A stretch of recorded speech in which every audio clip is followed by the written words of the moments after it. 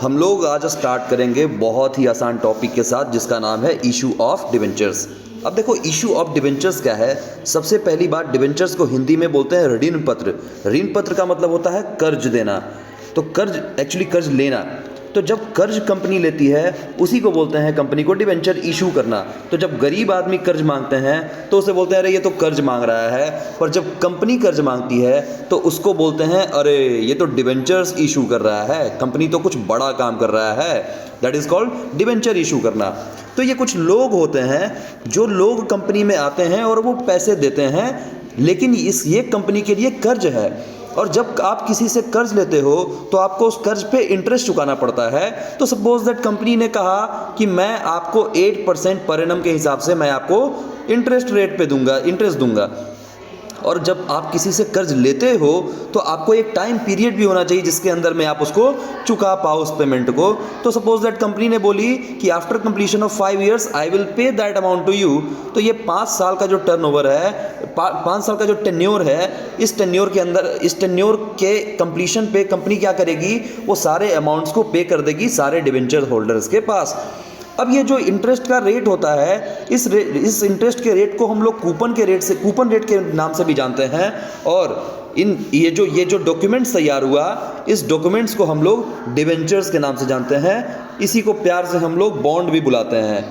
अब बोलता है, आप इसी चीज़ को थ्योरी में देख लो कि debenture is a written document. Debenture कैसा डॉक्यूमेंट है? एक रिटन डॉक्यूमेंट है जिसको इशू किया जाता है कंपनी के द्वारा, और वो कंपनी एक्नॉलेज भी करती है कि ये मेरा कर्ज है। और इसमें टर्म क्या होता है कि हम रीपेमेंट भी करेंगे इसके प्रिंसिपल को, और साथ में इंटरेस्ट को भी रीपेमेंट करेंगे एट ए स्पेसिफाइड रेट। जो भी रेट फिक्स होगा उस रेट पे जो डॉक्यूमेंट्स में मेंशन्ड है। तो बहुत सिंपल सा बात है, डिवेंचर क्या है? एक रिटन डॉक्यूमेंट है जिस डॉक्यूमेंट को इशू कौन करती है? कंपनी। और वो एक्नॉलेज भी करती है कि हाँ जी हमने कर्ज लिया है और उस कर्ज का हम रीपेमेंट भी करेंगे, प्रिंसिपल विथ इंटरेस्ट, और जो स्पेसिफाइड रेट पे, स्पेसिफाइड टाइम पीरियड पे पेमेंट करना है उसी टाइम पीरियड पे पेमेंट करेंगे। अब उसके बाद अगला पॉइंट्स आता है हमारा debenture trust deed.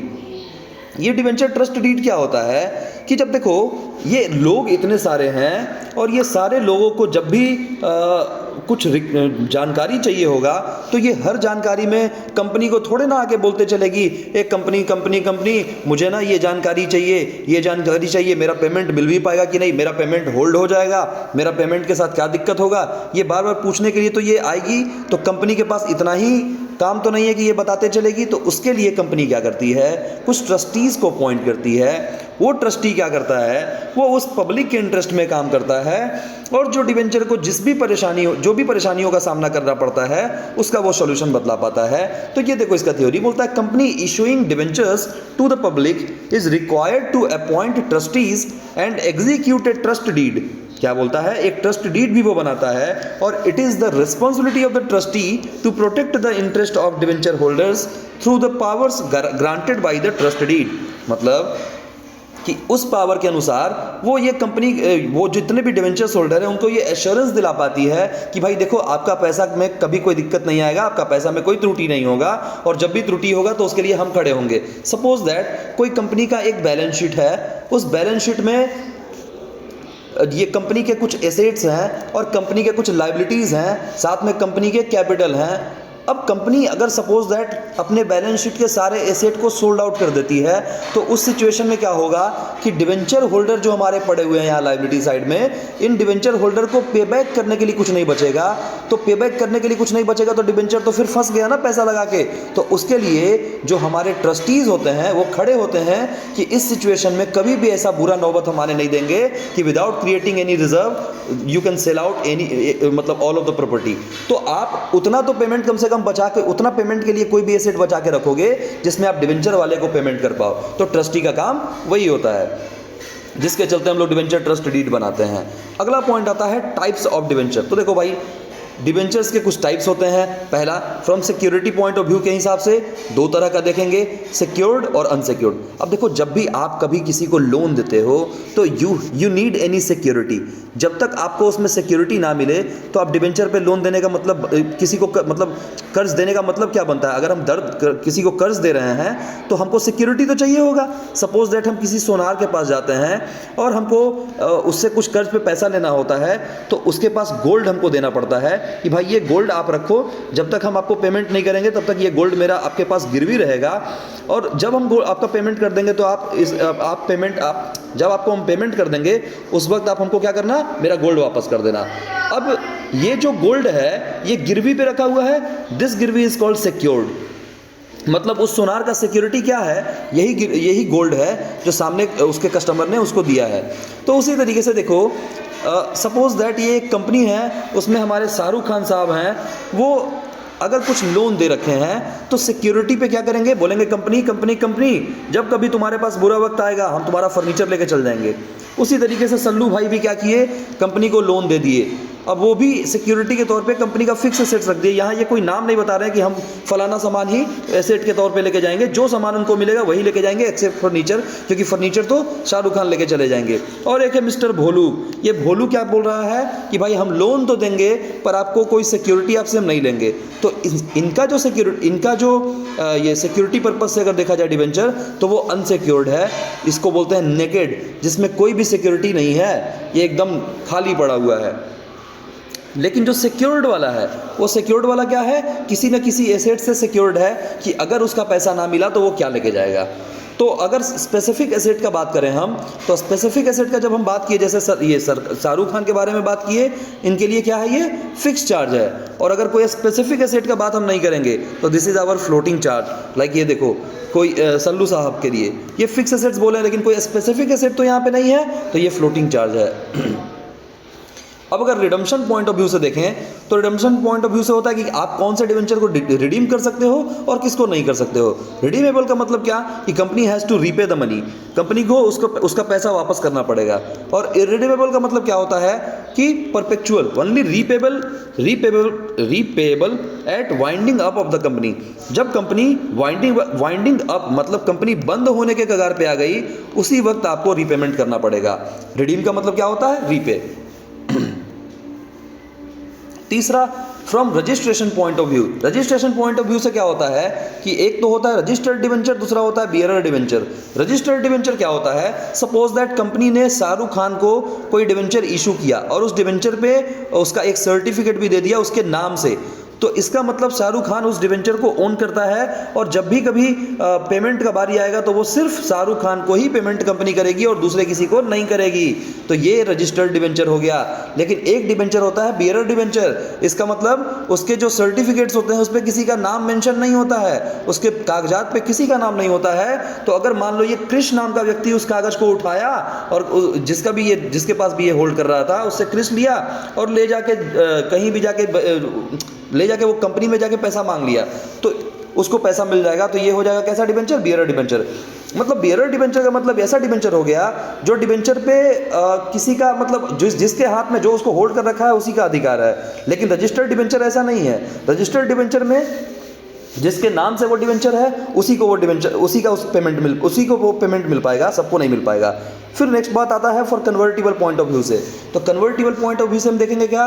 Which converts into share, जिसको हम शेयर्स में कन्वर्ट कर सकते हैं, और नॉन कन्वर्टिबल जो शेयर्स में कन्वर्ट नहीं हो सकता है। तो ये छोटा सा बात हो गया किसके बारे में? टाइप्स ऑफ डिवेंचर्स के बारे में। अब अगला बात आता है debentures presentation in balance sheet. Debentures को बैलेंस शीट में कैसे प्रेजेंट करेंगे? तो भाई बहुत सिंपल बात, इक्विटी एंड लायबिलिटी के, नॉन करेंट लायबिलिटी के लॉन्ग टर्म बोरोइंग में हम इसको शो कर देंगे। अब एक तो ये बात हो गया। दूसरा होता है short term borrowing. Short term borrowing क्या होता है? वो करंट लायबिलिटी होता है, जिसका टेन्योर 1 साल से कम के लिए होता है, उसको शॉर्ट टर्म बोरोइंग बोलते हैं। तीसरा पॉइंट अपना आता है अदर करंट लायबिलिटी। तो अदर करंट लायबिलिटी कौन सा पोर्शन होता है? वो लॉन्ग टर्म डेट का ही वो पोर्शन होता है जो कि करंट पीरियड में मैच्योरिटी हो जाता है उसका। एग्जाम्पल से समझते हैं। एग्जाम्पल नंबर 1 हमारा बोलता है कि 1 अप्रैल 2020 को 10,000 डिबेंचर इशू किया गया, जिसका रीपेबल है कब? 31 मार्च 2025 को। तो देखो भाई, ये 2020 को इशू किया गया डिबेंचर, लेकिन रीपेमेंट कब होगा? 2025 में। तो ये this is called long term borrowing, क्योंकि इसका टेन्योर जो है वो मोर देन 1 ईयर से है, तो इसको हम बोलेंगे लॉन्ग टर्म बोरोइंग, और ये नॉन करेंट लायबिलिटी में बैलेंस शीट में दिखेगा। दूसरा एग्जांपल अपना बोलता है कि 10,000 डिबेंचर इशू किया गया जिसका रीपेबल बन रहा है कब? 30 जून 2021 को। अब देखिए ये 2020 को इशू किया गया है और इसका साल खत्म कब होता है? 31 मार्च 2021 को। तो बैलेंस शीट हम कब बनाएंगे? 31 मार्च 2021 को। तो जब 31 मार्च 2021 को हम बैलेंस शीट बनाएंगे तो उस दिन से लेके 30 जून तक का जो पीरियड होगा वो कितने महीने का है? केवल और केवल 3 महीने का है। तो this is our short term borrowings, इसको हम करेंट लायबिलिटी के अंडर में दिखाएंगे। और नेक्स्ट एग्जांपल इज कि 1 अप्रैल 2020 को हमने 10,000 डिबेंचर इशू किया, out of which only 2,000 repayable on 30 जून 2021। तो जब मेरा साल खत्म होगा 31 मार्च 2021 को, जिस दिन हम बैलेंस शीट बनाएंगे, तो बैलेंस शीट के डेट से ये जो 2,000 हम रीपेमेंट किए हैं इसका कितने दिन का ये रहेगा टेन्योर? 3 महीने का। तो 2,000 जो हमारा है ये हमारा शॉर्ट टर्म बोरोइंग बन जाएगा। बाकी हमारा 8,000 जो है, देखिए ये 8,000 जो हमारा है वो लॉन्ग टर्म बोरोइंग बन गया, और 2,000 जो हमारा है वो current maturity of long term debt का हो गया। करंट मैच्योरिटी कब हो रहा है? करंट पीरियड में, लेकिन है कि कौन सा डेट? ये लॉन्ग टर्म डेट है, तो लॉन्ग टर्म डेट का करंट मैच्योरिटी हो रहा है यहाँ पे। Discuss as per balance sheet on 31 March 2021। ये देखिए वही वाला सेम एग्जांपल है, वो जो एग्जांपल का ये लास्ट में मतलब बैलेंस शीट में दिखाना है आपको, तो ये हम एक एग्जांपल लेके इसको कर दिए डायग्राम बना के। अब आगे चलते हैं अकाउंटिंग पर्पज से। तो issue of debentures accounting purpose से बोलता है फॉर कैश। अकाउंटिंग पर्पज में कैश के लिए क्या ट्रीटमेंट करेंगे? तो वही कैश के लिए एट पार, एट प्रीमियम और एट डिस्काउंट। अब देखो यहाँ जो है ना, शेयर्स में डिस्काउंट पे इशू करने के लिए कंडीशन था। क्या कंडीशन था? कि स्वेट इक्विटी शेयर के केस में 2 कंडीशन था। एक, स्वेट इक्विटी शेयर के केस में हम डिस्काउंट पे इशू कर सकते थे, और दूसरा टॉपिक था हमारा कि जब हमारा शेयर्स री इशू हो रहा है उस समय हम डिस्काउंट पे इशू कर सकते थे। पर यहाँ पे आप डिस्काउंट पे कभी भी इशू कर सकते हो। तो पहले हम इसको निपटाते हैं। Issue of debentures for cash बोलता है all the journal entries flow of concept is 100% same just like shares, we have to make only 2 replacements. बोलता है जितना भी जर्नल एंट्री है ना वो सब का सब जो है वो 100% शेयर के जैसा ही रहेगा। बस खाली डिफरेंस क्या करना है आपको? 2 जगह पे रिप्लेसमेंट इसका कर देना है। एक तो शेयर कैपिटल के जगह पे आपको परसेंटेज डिबेंचर वर्ड यूज करना है, और दूसरा जहां जहां पे शेयर मिलेगा वहां वहां पे डिबेंचर वर्ड यूज करना है। तो बस शेयर कैपिटल के जगह पे परसेंटेज डिबेंचर और शेयर के जगह पे डिबेंचर, ये 2 चेंजेस कर लो, बस बाकी सारा चीज 100% सेम रहेगा। और तीसरा, सिक्योरिटी प्रीमियम रिजर्व को आप क्रेडिट करोगे और डिस्काउंट जो रहेगा उसको डेबिट करोगे। ऑब्वियस सी बात है, जब आपका इनकम हो रहा है तो इनकम इंक्रीज क्रेडिट होता है, तो इसको आप क्रेडिट करोगे, और जो डिस्काउंट है वो आपका एक्सपेंसेस है, तो एक्सपेंसेस जब आपका इंक्रीज करेगा तो आप उसको क्या करोगे? डेबिट करोगे। देखो journal entry is as like that. Bank account debit to debenture application, share के जगह पे डिबेंचर वर्ड यूज हो गया। Debenture application account debit to percentage debenture, वही शेयर कैपिटल के जगह पे परसेंटेज डिबेंचर वर्ड हम यूज कर लिए। बाकी debenture allotment account debit to percentage debenture और टू सिक्योरिटी प्रीमियम रिजर्व। और fourth entry bank account debit to call scenario to debenture allotment. वही एंट्री क्या क्या आ गया? पहले एप्लीकेशन मनी हमको मिला, उसके बाद क्या हुआ? हम उसको ट्रांसफर किए। कहाँ पे ट्रांसफर किए? 9% डिबेंचर, जितना भी 9%, 10% जो भी परसेंटेज डिबेंचर है उसमें ट्रांसफर किए। उसके बाद थर्ड एंट्री क्या है? हमने मांगा, अलॉटमेंट मनी मांगा, और अलॉटमेंट मनी फिर यहाँ पे क्या हुआ? मिल गया, तो हम इसका भी एंट्री कर लिए। उसके बाद अगला पॉइंट अपना आता है issue of debentures as collateral security. तो देखो ये क्या होता है कि जो कंपनी है वो कंपनी को जब लोन चाहिए तो वो मान लो बैंक के पास गई, बोली बैंक भैया हमको लोन चाहिए 5 लाख रुपए का। बैंक ने बोला चलो ले लो लोन। तो बोला बैंक बोला कि भाई जब आपको हम लोन दे रहे हैं तो कुछ तो सिक्योरिटी भी हमको चाहिए। बोला एकदम देंगे। क्या सिक्योरिटी दोगे? बोला अपना बिल्डिंग दे दो, फर्नीचर दे दो, स्टॉक दे दो, और भी जो भी कुछ तुम्हारे पास है सब का ये दे दो, हमको सिक्योरिटी दे दो। तो सपोज दैट 6 लाख रुपए का सिक्योरिटी मिल गया कंपनी के द्वारा, किसको? बैंक को। तो अब तो सब कुछ तो ये ले ही लिया बैंक वाला सिक्योरिटी पे। बैंक बोला भाई साहब एक और भी सिक्योरिटी दो ना। बोला अरे यार सब तो ले लिया आप, और क्या चाहिए? तो बोला एक जो पर्ची आप सबको बांटते रहते हो ना डिबेंचर नाम का, वो डिबेंचर नाम का पर्ची भी हमको चाहिए। हम बोले यार अरे डिबेंचर, कंपनी ने बोला डिबेंचर्स, आपको डिबेंचर्स क्यों दें? जब हमने आपको सिक्योरिटी के लिए इतना सारा सामान दे रखा है तो फिर डिबेंचर क्यों दें? तो बैंक वाला बोला नहीं नहीं वो भी आप हमको दे दो सिक्योरिटी पे। तो डिवेंचर्स को कंपनी बोला चलो भाई आप सिक्योरिटी के तौर पे मांग रहे हो ना, और तो कोई मतलब बनता नहीं है। बोला कोई मतलब नहीं, ये तो जस्ट हम ऐसे ही रखे रहेंगे, इसका कोई काम हमको नहीं है, मेरा तो असली सिक्योरिटी ये है बिल्डिंग, फर्नीचर, स्टॉक एटसेट्रा। तो असली सिक्योरिटी ये है, पर डिवेंचर को एज ए कोलेटरल सिक्योरिटी दे दिया गया कि आप रखो इसको बस ऐसे ही सिक्योरिटी पर्पस से, इसका कोई यूज आपको नहीं होगा। तो जब आपको इसका कोई यूज नहीं होगा तो आप तो इसको ऐसे ही रखोगे, तो ऐसे ही रखेंगे तो ये हमारा कोलेटरल सिक्योरिटी हो गया। अच्छा, जब कंपनी इंटरेस्ट देने का बारी आएगा कंपनी को, तो कंपनी क्यों कौन से अमाउंट पे इंटरेस्ट देगी? क्या ये 5 लाख पे देगी या ये डिवेंचर के 4 लाख पे, या क्या ये दोनों पे देगी? तो कंपनी केवल और केवल ये जो लोन ली है ना 5 लाख का, उसी पे इंटरेस्ट देगी। तो इसलिए डिवेंचर पे कोई भी इंटरेस्ट नहीं मिलेगा, नो इंटरेस्ट ऑन डिवेंचर्स। बस आगे क्या बोलता है, interest on loan of ₹5 lakh will be given. वही बात नीचे भी लिख दिया गया है कि 5 लाख जो केवल है उसी पे केवल इंटरेस्ट दिया जाएगा, सभी पे इंटरेस्ट नहीं दिया जाएगा। ठीक है, अब इसको बनाने का 2 मेथड होता है। अब देखो मेथड 1 बोलता है कि आप इंटरेस्ट ये लोन लिए हैं तो bank account debit to bank loan, और दूसरा क्या एंट्री मारेंगे, issue of debentures as collateral security. तो कोलेटरल तो ऐसे ही रखने के पर्पज से है, उसका काहे का एंट्री, कोई भी एंट्री नहीं। लेकिन सीबीएसई बोलता है ना कि नहीं, इसका भी आप एंट्री पोस्ट कर दो। एंट्री क्या पोस्ट करोगे, डिवेंचर सस्पेंस को आप क्या मान लो, एक एसेट मान लो, और डिवेंचर्स को लाइबिलिटी मान लो। तो ये कहानी आपका खत्म हो गया। अच्छा, ये कौन सा लाइबिलिटी, कौन सा एसेट हो जाएगा, ये डेफर्ड टैक्स एसेट्स हो जाएगा, डेफर्ड टैक्स एसेट्स। तो डेफर्ड एसेट जो होता है वो कैसा एसेट होता है, वो तो कूड़ा होता है। तो उस कूड़ा को हम चाहे तो एसेट साइड में दिखा दें, या ये जो लाइबिलिटी है इसमें से माइनस करके दिखा दें। तो देखो एग्जांपल के तौर पे हमने माना कि हमारे बैंक अकाउंट में 5 लाख रुपया आ गया, क्योंकि हमने बैंक से लोन लिया 5 लाख, तो एक एसेट हो गया, एक लाइबिलिटी आ गया। अब ये परसेंटेज डिवेंचर को हमने लाइबिलिटी बनाया और डिवेंचर सस्पेंस को उसमें से माइनस कर दिया, तो आखिरकार ये नील वैल्यू ही आया। तो इसको दिखा दो तो भी चलेगा, नहीं दिखा दो तो भी चलेगा, जैसी आपकी मर्जी। उसी पे एक क्वेश्चन देखते हैं, बोलता है Venus limited issued 40,000 10% debentures of 100 each at par. क्या बोला, 10% डिवेंचर है, कितना डिवेंचर इशू हुआ है, 40,000 डिवेंचर इशू हुआ है, और कितने का है, 100 का है। तो ये देखो 100 रुपये का डिवेंचर है। फिर बोलता है payable in full along with the application. तो एप्लीकेशन के साथ साथ बाकी सारा पैसा भी उसी समय मिल गया, तो कोई इसमें किस्त में नहीं मिला है, एक ही बार लमसम अमाउंट मिल गया, इस पे एक मुश्त अमाउंट मिल गया। Applications were received for 60,000 debentures और debentures were allotted and excess application money was refunded। तो बोलता है 60,000 एप्लीकेशन हमने रिसीव कर लिया। तो अब देखो जनता ने अपना प्यार बरसाया, हमने जनता को 40,000 शेयर इशू किया था, पर जनता ने हमारे पास 60,000 शेयर के लिए एप्लीकेशन दे दिया। जैसा ही ये बात आ गया, जितना एप्लीकेशन हमने मार्केट में इशू किया, अगर उससे ज़्यादा एप्लीकेशन हमारे पास आ गया, दैट मीन्स यहाँ पे प्रो राटा अलॉटमेंट आपको करना पड़ेगा। तो debentures were allotted and excess application money was refunded. बोला जो जितने लोग एक्सेस एप्लीकेशन दिए उनका पैसा हमने वापस कर दिया।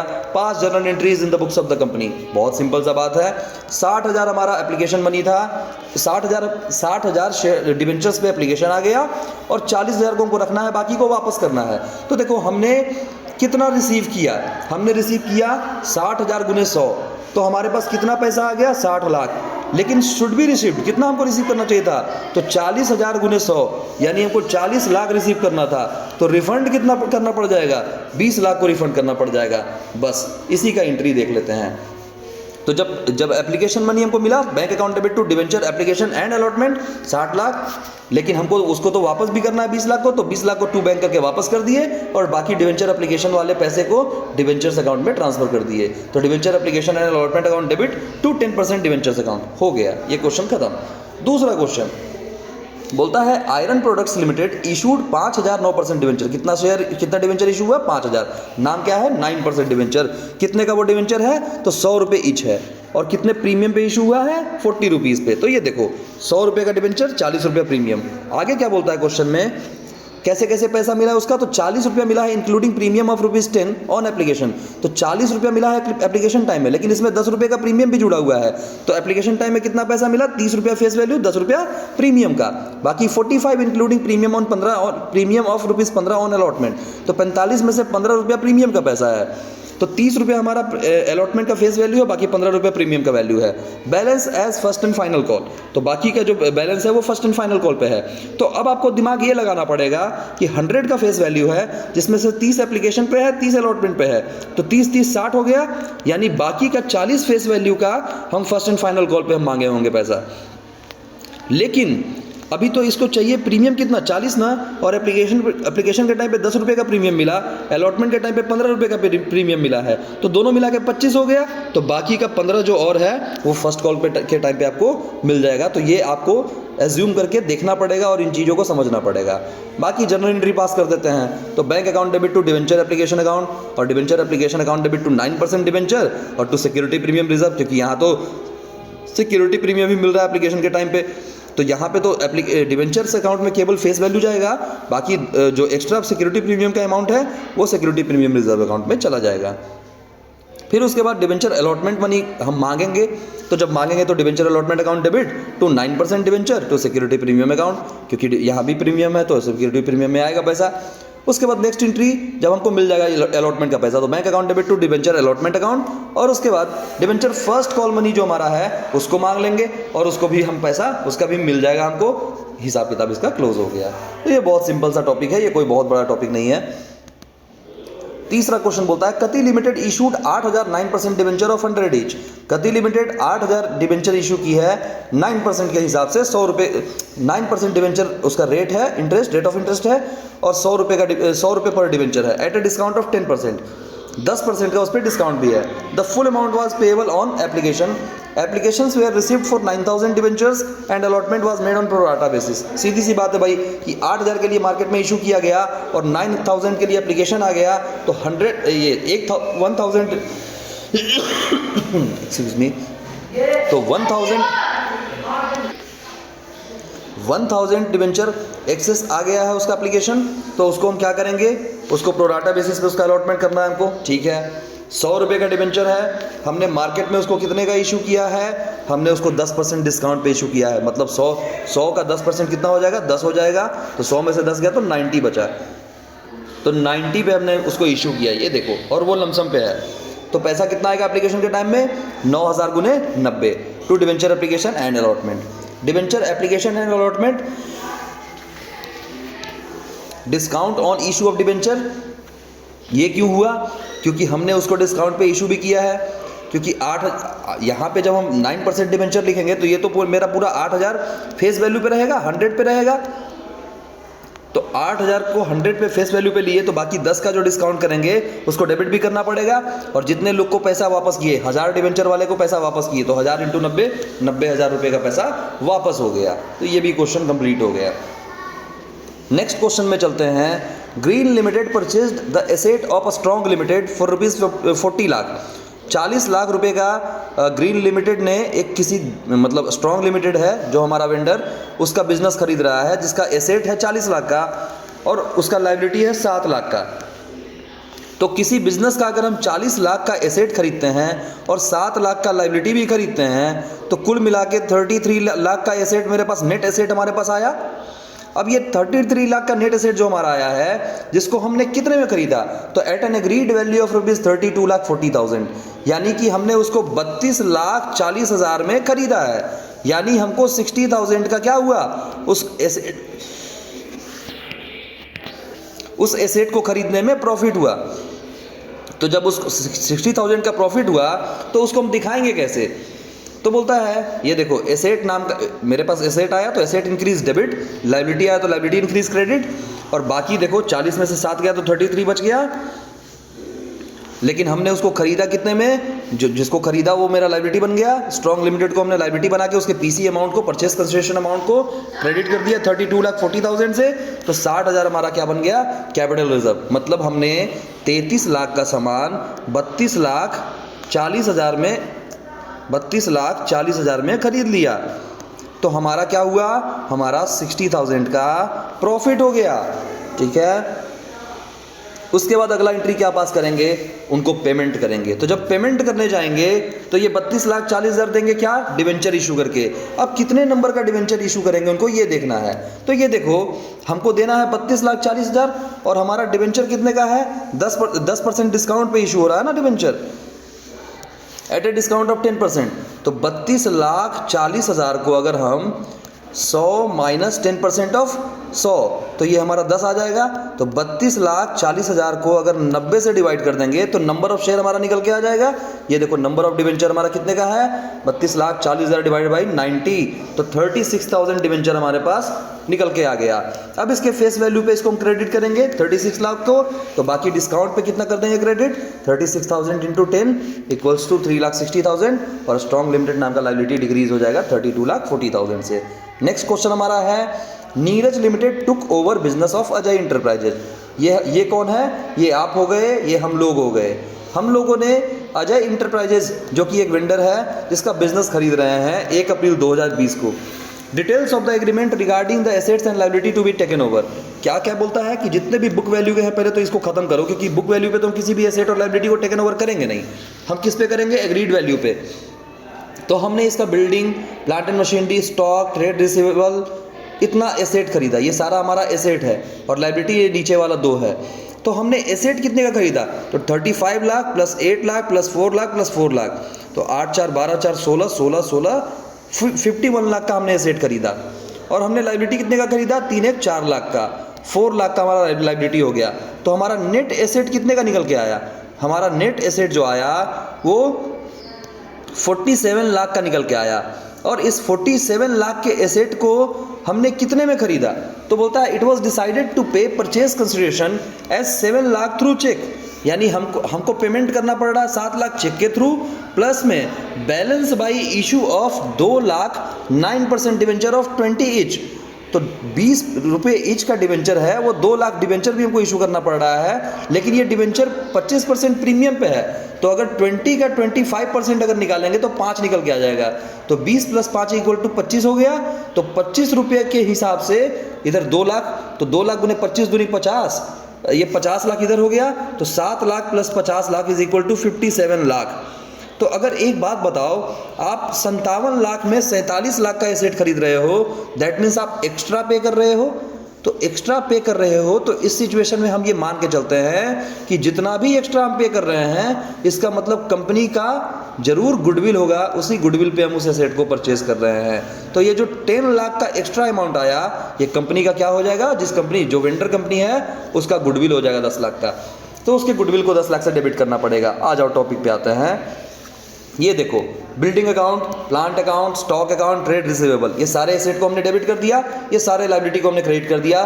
बाकी अजय को जो देना है वो हमको सपोज दैट मान के चलो आपकी नहीं पता है, तो इसको भी इतना खाली रहने दो। और उसके बाद नीचे आ जाओ, यहाँ भी अजय के अकाउंट को खाली रहने दो, और जो जो पेमेंट कर रहे हो पहले वो देख लो। तो पेमेंट हम क्या कर रहे हैं, 7 लाख, 40 लाख और 10 लाख। तो सब जब मिला दोगे ना तो ये 57 लाख निकल के आ जाएगा। और यही 57 लाख को आप यहाँ भी डाल दो, उसके बाद अपने आप बैलेंसिंग फिगर आपका 10 लाख का निकल के आ जाएगा, जो आपका क्या कहलाएगा, गुडविल कहलाएगा। ठीक है, ये भी क्वेश्चन कंप्लीट हो गया। तो इसी के साथ डिवेंचर्स टॉपिक का एक पार्ट हमारा खत्म होता है।